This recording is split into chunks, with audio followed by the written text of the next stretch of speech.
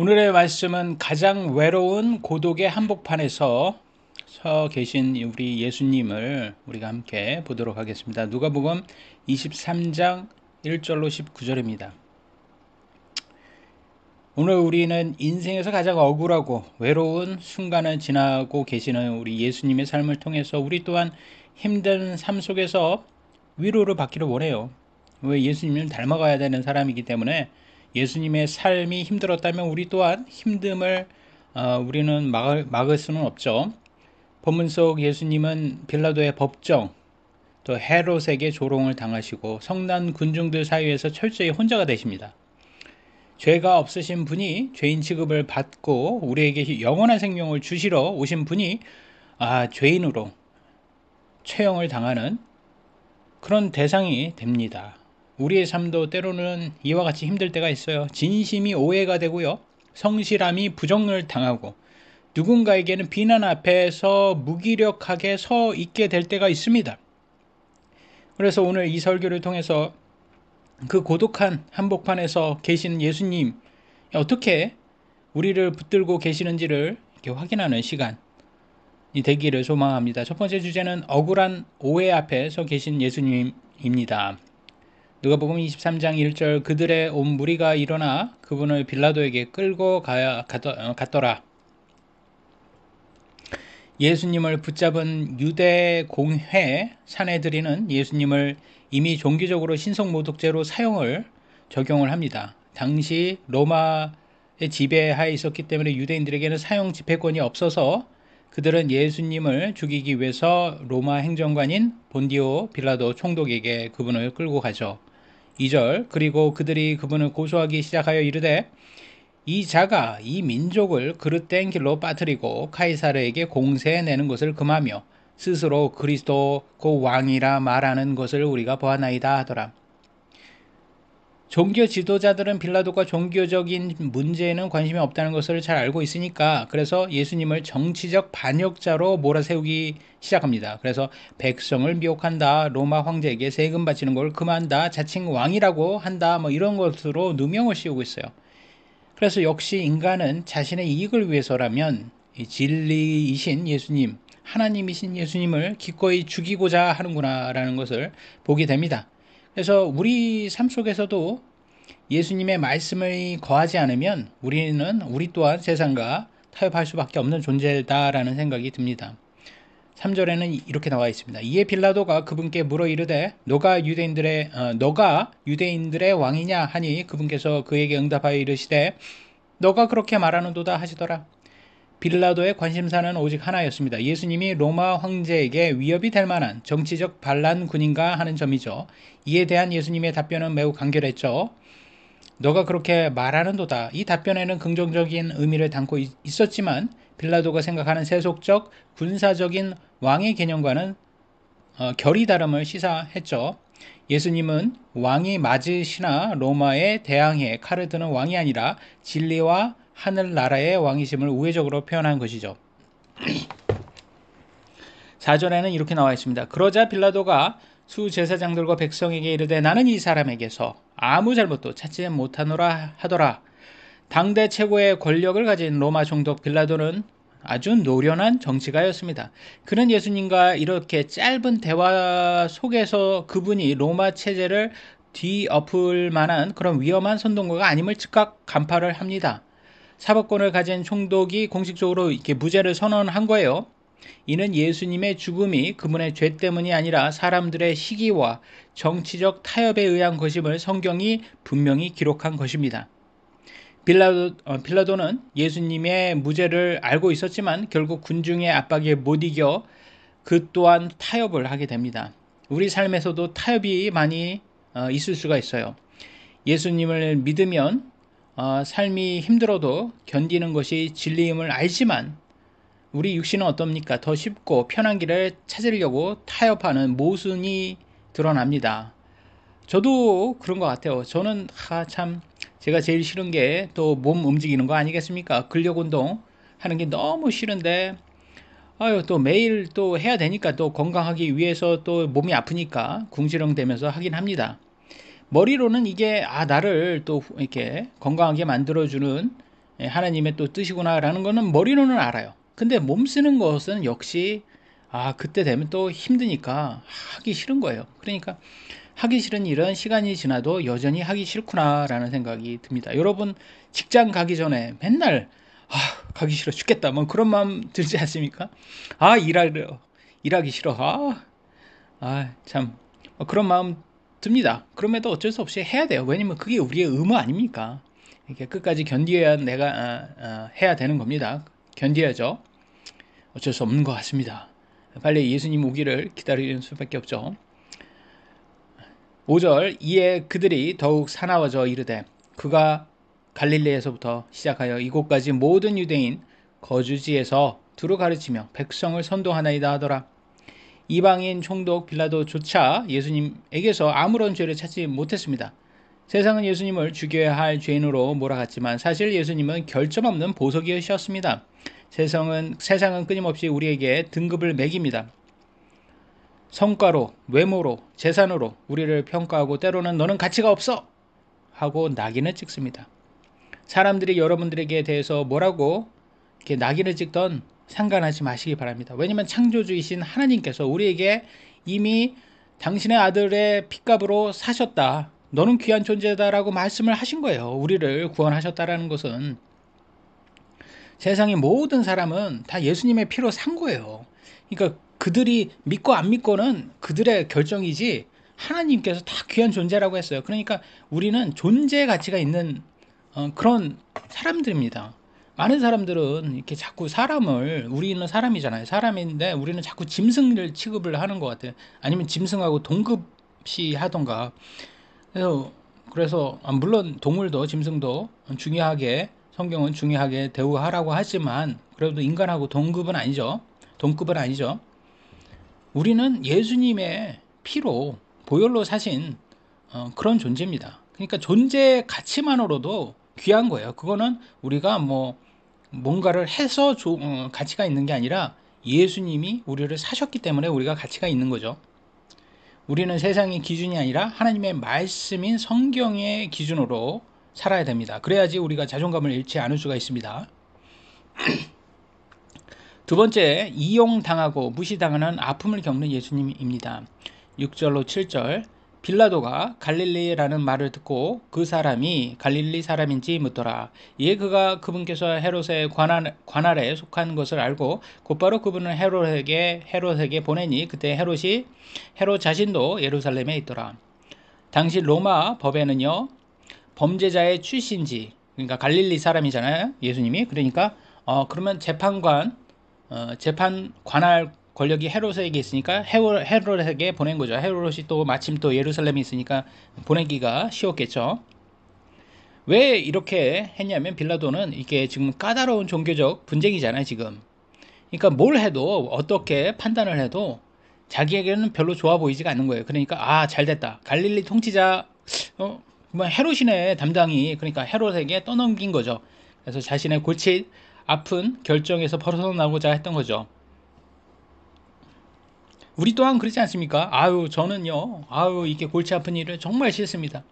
그래서 예수님을 믿었으니까 나는 꽃길만 걷겠다라고 이렇게 생각을 했습니다. 하지만 현실은 그렇지 않더라고요. 오히려 사탄에게 이용을 당하고 무시당하더라고요. 예수님이 이렇게 사람들에게 했던 것처럼. 사탄은 지난 20년 저에게 육체 안의 가시, 불면증이라는 육체 안의 가시를 주었고 그래서 삶이 항상 짜증났습니다. 저는 잠을 못 자면 사람이 엄청 짜증나게 되더라고요. 그러니까 가족들에게 그 짜증이 전가되겠죠. 그러니까 마귀가 그러는 거예요. 야, 너네 가족들, 네 아내 지금 막 이렇게 힘든 거 다 너 때문이야 라면서 저한테 막 이렇게 제 탓을 하더라고요. 근데 그래서 제가 마귀한테 그랬죠. 야, 네가 나한테 불면증을 줬잖아. 그래놓고서 왜 너는 내 탓을 하냐. 지가 줘놓고선 제 탓을 하더라고요. 그래서 역시 마귀는 믿을 존재가 아니구나. 지금 제가 말하는 건 다 제 생각 속에서 일어나는 일입니다. 저는 음성으로는 들리지는 않습니다. 그래서 구원받은 우리는 내 자신을 탓해서도 안 되고 타인을 탓해서도 안 되는구나. 그럼 누구를 탓해야 되냐? 마귀예요. 알고 보니까 모든 죄의 시작은 다 마귀에서부터 왔더라고요. 그잖아요. 사실 마귀가 이불을 선악과 먹으라고 그렇게 뭐, 야, 저 먹지 말라고 하네요. 뭐 이렇게 자꾸 유혹을 하지 않았으면 안 먹었을 거 아닙니까? 그러니까 사람이 죄를 지긴 졌지만 저거 이렇게 마귀가 저게 죄를 지게 했네. 이런 게 깨달아지더라고요. 그래서 진짜 이게 다 마귀 탓이구나. 내가 힘든 건 마귀 탓이구나라는 생각이 들더라고요. 그러니까 그러면 하나님은 우리에게 왜 마귀의 시련을 허락하셨을까? 이 땅에서는 성장하라는 거죠. 이 땅에서 이 땅은 성장하라는 거야. 이 땅에서 네가 열심히 성장해야지 하나님의 영광이 돼. 이거겠죠. 그러니까 우리는 이미 예수님을 믿고 천국은 정해졌으니까 이 땅에서는 못해도 괜찮습니다. 그냥 성장하기만 하면 됩니다. 그게 하나님께서 원하는 거죠. 8절로 9절입니다. 헤롯이 예수님을 보고 몹시 반가워하였으니 이는 그가 그분에 대해 많은 것을 들었으므로 그가 오랫동안 그분을 보기를 원하였고 또 그분께서 행하시는 어떤 기적을 보기를 바랐기 때문이더라. 예수님이 반가운 게 아니라 예수님이 기적을 보고 싶었던 거죠. 그때 헤롯이 그분께 많은 말을 물었으나 그분께서 그에게 아무것도 응답하지 아니하시더라. 헤롯은 기적을 보고 싶었지만 이는 뭐겠습니까? 자기 만족이에요. 자기 만족. 호기심이죠. 내가 저걸 보면, 기적을 보면 재밌을 거야. 그런 용도로 예수님을 대한 거죠. 우리도 또한 예수님 믿어서 자기 만족, 호기심 채우는 용도로 전락할 수가 있는 겁니다. 나 예수님 믿고 나 부자 돼야지. 나 예수님 믿고 나 병 나아야지. 이런 용도로만 우리가 예수님을 믿고 그런 식으로 우리가 좀 신앙생활을 하게 되면 오히려 하나님께서 기도 응답이 아니라 기도 침묵을 할 수 있답니다. 왜냐하면 주님의 뜻대로 순종해야 되는 마음은 전혀 없으면서 내 호기심, 욕망을 위해서 그냥 달라고 떼쓰는 거와 같다라는 거예요. 이건 영적으로 어린 아이인 거죠. 주님은 교만한 자에게는 침묵으로 응수하신다고 합니다. 그러니까 우리는 기꺼이 삶이 힘들어도 예수님을 닮아가겠다는 이 성화 과정을 기꺼이 걸어가야 된다는 거죠. 어렵죠. 이게 예수님 믿는 거, 이 칭의는요, 이게 순간이고, 이거는 시작이에요. 많은 사람은 칭의가 이걸 끝났다고 생각하는데, 칭의는 시작이에요. 시작. 아니, 아기가 쥐가 이랬냐고요. 태어날 때 엄마가 이랬잖아요. 엄마가 이라고 엄마가 다 고생해놓고 딱 나왔어요. 그러니까 자기는 삶 다 살았다고 그런 한 아기가 어디 있어요. 그 다음부터는 큰 거는 자기가 고생하면서 커야 되는 거잖아요. 똑같은 거죠. 이게 칭의는 엄마가 고생했듯이 우리가 예수님께서 우리를 구원하신 것은 예수님이 고생을 다 하신 거고, 근데 우리가 성장하는 것은 우리가 고생을 해야 됩니다. 그래야지 성장이 있죠. 10절 이에 수제사장들과 서기관들이 서서 그분을 맹렬히 고소하더라. 수제사장들과 서기관들은요, 예수님을 죽이기 위해 맹렬히 고소를 합니다. 그들은 종교 전문가였어요. 지식적으로는 이게 성경을 달달달 외웠다고 합니다. 근데 그 지식이, 성경적 지식이 타인을 정죄하는 용도로만 썼다는 거예요. 칼처럼. 그러니까 우리들도 성경 지식을 종교 지도자들처럼 남 판단하는 용도로만 쓰면 안 되는 거예요. 내가 더 의롭다라는 생각을 가지고 남들 판단하는 용도로 썼다가는 자기가 판단을 받습니다. 그러니까 이거가 굉장히 무서운 거더라고요. 그래서 저는 이게 제가 판단을 하지 않으려고 이제 내려놓았습니다. 하나님이 모든 거는 판단하신다. 그래서 제가 스스로는 나는 그냥 내 자신과 또만 더 잘하려고 노력만 하자. 남 판단은 이제 하나님께서 하신다. 11절 헤롯이 자기 군병들과 함께 그분을 무시하고 조롱하며 그분께 화려한 예복을 차려 입혀서 다시 빌라도에게 보내더라. 헤롯과 군병들은 예수님께 화려한 예복을 입혀 비웃기 위한 희롱의 도구로 사용합니다. 세상은 우리의 본질은 외면한 채 겉모습만 가지고 판단하며 우리의 믿음까지도 조롱거리로 삼습니다. 그래서 우리는 세상의 가치관에 휘둘리면 안 됩니다. 세상적 성공도 하나님이 주관하시는 거예요. 우리는 최선은 다하지만 결과는 하나님께 맡겨야 되죠. 물론 말처럼 쉽지는 않습니다. 12절 이에 그날 빌라도와 헤롯이 함께 친구가 되었더니 이는 전에 그들이 서로 원수지간이었기 때문이더라. 우리는 흔히 적의 적은 나의 친구라고 말합니다. 하지만 그 결속의 목적이 진리를 외면하거나 누군가를 해치는 일이라면 그것은 진정한 우정이 아니라고 합니다. 악한 결탁이라고 합니다. 내가 누군가와 가까워진 계기가 함께 선한 일을 도모하는 일인가, 아니면 함께 누군가를 험담하거나 비난하는 용도인가를 봐야 된다고 합니다. 공동의 적을 미워하는 마음으로 맺어진 관계는 결코 건강할 수가 없다고 합니다. 마지막 주제, 모순된 판결을 당하는 예수님입니다. 13절, 빌라도가 수제사장들과 치리자들과 백성을 함께 불러. 빌라도는 갈등을 해결하기 위해서 모든 이해 관계자들을 한자리에 모읍니다. 이거는 잘했죠. 우리도 갈등이 생길 때는 문제를 직면하기보다는 회피하고 싶어지지만 해결을 위해서는 빌라도처럼 문제를 공론화하고 직시하는 용기가 필요하다고 합니다. 빌라도는 진리를 세우기 위해서가 아니라 책임을 회피하기 위해 모았다는 점은 좀 경계해야 한다고 합니다. 14절, 그들에게 이르되 너희는 이 사람이 백성을 그릇된 길에 빠뜨리는 자라고 하여 내게 데려왔으나 보라, 내가 너희 앞에서 그를 조사하였으나 너희가 고소하는 그 일들에 대하여 이 사람에게서는 아무 잘못도 찾지 못하였도다. 빌라도는 철저한 조사 끝에 내린 법적 양심적 무죄 선언을 합니다. 그럼에도 불구하고 예수님은 16절에 모순된 판결을 받습니다.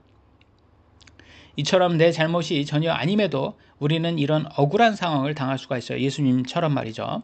오늘날 많은 성도들은 예수님을 믿음에도 불구하고 많이 아픕니다. 그죠? 누가 아프고 싶겠습니까? 그런데 아파요. 내 잘못도 아닌데 아파요. 근데 사도 바울은요, 그렇게 아픈 게 정상이라고 합니다. 우리가 약해질 때 하나님께서 우리 안에서 강하게 일하신다고 합니다. 그러니까 하나님은 우리를 크게 쓰시기 위해서 이렇게 극한 훈련을 주실 때가 있는 거예요. 우리가 끝까지 견디면 하나님께 영광이 될 수가 있습니다. 15절, 내가 너희를 헤롯에게 보내었으나 그도 역시 찾지 못하였도다. 보라, 그에게는 죽어야 할 일이 전혀 없느니라. 객관적인 검증까지 마친 거예요. 헤롯이 확인까지 했잖아요. 그러니까 예수님의 결백함이 재확인됩니다. 진리는 여러 번 검증해도 변하지 않는다고 합니다. 우리도 삶의 중요한 결정을 내릴 때 내 주관적인 생각뿐만 아니라 객관적인 조언과 하나님의 말씀을 통해서 재차 확인하는 태도가 필요합니다. 여러분, 공부를 해야 됩니까? 말아야 됩니까? 이거 내 자신에게 주관적으로 하기 싫죠. 당연히. 일은 해야 됩니까? 하기 싫죠. 단 음식 절제해야 됩니까? 하기 싫죠. 단 음식처럼 좋은 게 어디 있습니까? 이건 정말 우리한테 위로가 되는 건데. 운동 해야 됩니까? 하기 싫죠. 그러니까 이런 것들에 대해서는 근데 하는 게 마땅하지 않습니까? 이게 해야지 우리가 건강해지거나 조금 사는데 도움이 되겠죠. 내 멋대로 사는 것이 지금 당장엔 좋아 보일 수가 있지만 이건 쾌락을 추구하는 삶은 또 절대로 건강을 보장해 줄 수는 없다고 합니다. 그러니까 절제 속에서도 우리는 평안함을 훈련하는 그런 게 필요한 것 같아요. 왜냐면 저는 요즘 행복을 평안함 속에서 찾고 있기 때문에 이건 건강한 사람들에게는 이 평안함이 좀 지루할 수가 있어요. 이게 좀 건강하신 분들은 그 뭐 평안함이 대단한 거야. 평안한 거 그건 뭔데 그게 그거 지루할 뿐이지 뭐 그러실 수 있어요. 건강하시면. 건강하신 분들에게는 별거 아닐 수 있어요. 근데 아픈 우리들에게는 이게 좀 아프지 않고 그 자체가 그게 행복이더라고요. 좀 아파야지 겸손해지는 것 같습니다. 16절, 그러므로 나는 그를 징계하고 풀어주겠노라. 이거 말이 안 되잖아요. 지금 이게 모순되잖아요. 죄가 없다며요. 죄가 없다면서 매질을 하겠다는 거예요. 여기에서 징계는 매질을 하겠다는 거예요. 타협이잖아요. 이거는 이렇게 적당한 타협은 정의가 아닙니다. 잘못이 없다면 끝까지 보호해야 되는데 우리 또한 상황을 모면하려고 이 정도 하면 되겠지라고 양심을 깎아먹는 이렇게 타협하는 때가 있어요. 근데 이런 타협을 하게 되면 결과가 결국 좋지가 않겠죠. 저 또한 참 이렇게 타협하고 싶은 마음이 많이 있었던 것 같아요. 좀 쉬운 길. 예수님 믿었으니까 좀 쉽게 좀 살았으면 좋겠다. 근데 이렇게 성격 자체가 이렇게 통제하려는 그런 성격이 있기 때문에 특히 통제하려고 하는 성격을 가지신 분들은 이렇게 저처럼 좀 아프기 쉬운 것 같아요. 왜냐면 이렇게 세상이 통제되는 게 어디 있습니까? 내 마음대로 되는 거 하나도 없더라고요, 이게. 날씨까지도 내 마음대로 안 됩니다. 그럼 아이들 우리 보호하는 거 내 마음대로 됩니까? 가족 뭐 건사하는 거 내 마음대로 됩니까? 뭐 일을 하는 거 내 마음대로 됩니까? 아무것도 안 돼요. 아니 심지어 우리가 운전하면서 가는 거 신호에 안 걸리기를 원하지만 다 걸리잖아요. 내 마음대로 되는 거 하나도 없어요. 근데 염려는 너무 많이 합니다. 우리는 그냥 뭐 하면 짜증부터 내는 거야. 내가 그랬어야 되는데 막 하면 누가 그러면 안 되는데. 근데 그걸 후회한다고 그게 변하냔 말이죠. 그냥 그걸 다 맡겨야 되는데 하나님께. 근데 그걸 맡기지는 못하는 거예요. 그러니까 또 조급해요. 내 뜻대로 안 되는 거니까 막 조급하는 거예요. 내 뜻대로 돼야 되는데 빨리. 그래서 아픈 거더라고요. 결과적으로는 하나님께 모든 걸 맡기지 못하니까 이게 아픈 거구나. 그러니까 너무 쉬운 길을 가고자 하는 것. 근데 하나님은 좁은 길을, 힘든 길을 가라고 합니다. 그래도 그분을 신뢰해야 되겠죠. 그게 그리스도인의 삶이고 참 어쩔 수 없지만 우리는 죽을 때까지 성장해야 되고 배워야 됩니다. 17절 이는 그 명절이면 그가 죄수 하나를 그들에게 반드시 풀어주어야 했기 때문이더라. 명절 특사죠. 관습을 이용해서 예수님을 석방하려는 빌라도의 장깨였다고 합니다. 왜냐하면 저는 원칙은 뭐야? 원칙. 죄가 없으면 무죄 석방이 원칙이란 말이에요. 근데 편법을 하려고 했잖아요. 매를 조금 때리고 야 니네들 내가 매를 조금 때릴 테니까 그냥 풀어주자 이런 식으로 지금 꾀를 쓴 거 아닙니까? 그러니까 큰 난관에 부딪힌 거예요. 이게 전공법이 아닌 요행을 바라는 거죠. 우리 또한 그런 게 아닌가 싶어요. 저도 좀 너무 쉽게 하려고 요행을 부리면 오히려 더 크게 더 이렇게 고생을 하게 되는 것 같습니다. 18절 그러자 그들이 모두 일제히 소리질러 이르되 이 사람을 없애버리고 바라바를 우리에게 풀어주소서 하더라. 군중은 생명의 주님을 거부하고 죽음의 상징인 살인자 바라바를 선택합니다. 다수의 목소리가 항상 옳은 것은 아닙니다. 때로는 세상 전체가 틀린 길을 외칠 때 고독하더라도 진리의 편에 설 수 있는 영적 분별력이 우리에게는 필요합니다. 나는 오늘 여론을 따릅니까? 아니면 진리를 따릅니까? 우리 스스로에게 질문을 해볼 필요가 있어요. 여론이 항상 맞지가 않습니다, 여러분. 다수결이 절대 진리가 될 수가 없어요. 마지막 구절입니다. 19절. 그는 도시에서 벌어진 어떤 폭동과 살인으로 인하여 감옥에 갇힌 자였더라. 이 바나바가 그만큼 이렇게 나쁜 놈이었다. 폭동과 살인자였다라고 죄인임을 강조하고요. 예수님은 폭동을 일으켰습니까? 살인을 했습니까? 예수님은 오히려 이렇게 죽은 자를 살리신 분이었죠. 예수님은 이런 순결함을 대조하면서 바라바가 죽어야 되는데 그 자리에 예수님이 들어간 거예요. 이게 바로 복음이라고 합니다. 자리가 바뀌는 것, 자리 바꿈. 죽어야 마땅할 죄인인 내가 죽어야 되는데 나 대신 아무 죄가 없는 주님이 대신 죽어줬잖아요. 이게 바로 복음이라는 거죠. 그러니까 우리는 겸손과 감사로 삶을 살아야 되는 거죠. 물론 이 땅에서는 힘들 수 있어요. 그러나 천국에서는 우리는 영원한 생명을 가졌잖아요. 그러니까 조금 더 마음이 넉넉해질 필요가 있습니다. 오늘 본문의 예수님으로 보면 참으로 무력해 보입니다. 끌려당하죠. 신문당하죠. 조롱당하십니다. 근데 여기에서 그러니까 세상적인 기준으로 보면 예수님은 실패자예요. 예수님은 그러니까 어떻게 보면 루저처럼 보이는 거예요. 세상적인 기준으로는. 근데 이 모든 과정이 우리를 향한 가장 낮은 곳으로 내려오시는 예수님의 사랑입니다. 하나님의 사랑이에요. 그러니까 이게 세상적 기준으로 성경을 보면 안 된다는 거죠. 우리의 삶도 마찬가지예요. 세상적 기준으로 보면 우리가 루저라고 표현될 수도 있는 거예요. 그러니까 우리 또한 우리 삶을 너무 세상적으로 성공만 할 거다. 예수님 믿었으니까. 그렇게만 보면 안 되는 것 같아요. 모순적 판단을 빌라도에게 받을 수도 있고요. 헤롯에게 조롱받을 수도 있고요. 바나바 같이 죄인 취급 받을 수도 있다는 거예요. 우리 또한 예수님이 근데 우리가 기억해야 될 것은 뭡니까? 예수님이 이 억울한 자리에 우리보다 먼저 서 계셨다라는 거예요. 그리고 우리가 또 이렇게 힘든 길을 지나갈 때마다 우리 옆에서 우리와 함께 동행해 주시고 계시고 있다. 지금 우리는 예수님 믿었으니까 꽃길 걷기만 바라지만 그것은 세상 종교가 말하는 교리라고 합니다. 성경은 절대 이렇게 쉽다라고 그렇게 말하지는 않습니다. 비록 세상은 예수님을 버리고 바라바를 선택했지만 하나님은 예수님을 다시 살리셔서 우리에게 진정한 왕이 되게 하셨습니다. 지금의 고난은 결코 끝이 아닙니다. 우리 삶이 지금 고난이 있다고 해서 끝이 아닙니다. 이 길의 끝에는 부활의 영광이 있고요. 우리도 예수님처럼 부활할 거예요. 천국에서는 다 눈물을 닦아주신다고 하셨습니다. 우리는. 그러니까 이번 주 한 주도 힘들 겁니다. 예, 물론 힘들 것입니다. 근데 미리 걱정해도 염려해도 안 바뀔 거예요. 예, 그냥 그거는 그냥 생각하지 말자. 생각하지 않는 게 좋은 것 같아요. 그래서 우리는 과거는 후회되니까 생각하지 말고 미래도 염려되니까 생각하지 말고 우리 오직 현재만 생각합시다. 현재만 생각하고 예수님 손 꼭 붙잡고 승리하시는 성도 여러분들 되시길 이번 한 주도 기도합니다. 기도하시겠습니다. 사랑의 하나님 감사합니다. 오늘도 예수님의 이 참 어떻게 보면 얼마나 고독하시겠습니까? 얼마나 힘드시겠습니까? 그러나 이런 예수님의 삶을 통해서 우리의 삶 또한 예수님을 닮기 위해서는 이런 힘든 삶을 지나가야 되는구나라는 위로가 되는 말씀이 됩니다. 그래서 우리 삶이 힘들어도 잘 견딜 수 있도록 도와주시었고 우리 성도님들 몸이 많이 아픕니다.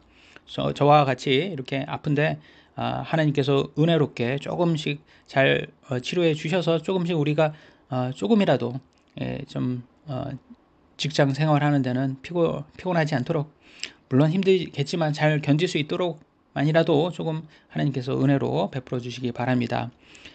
우리는 참 힘듭니다. 연약합니다. 그럼에도 우리 안에서 크게 우리를 사용해 주시고 하나님께 영광 되기를 원합니다.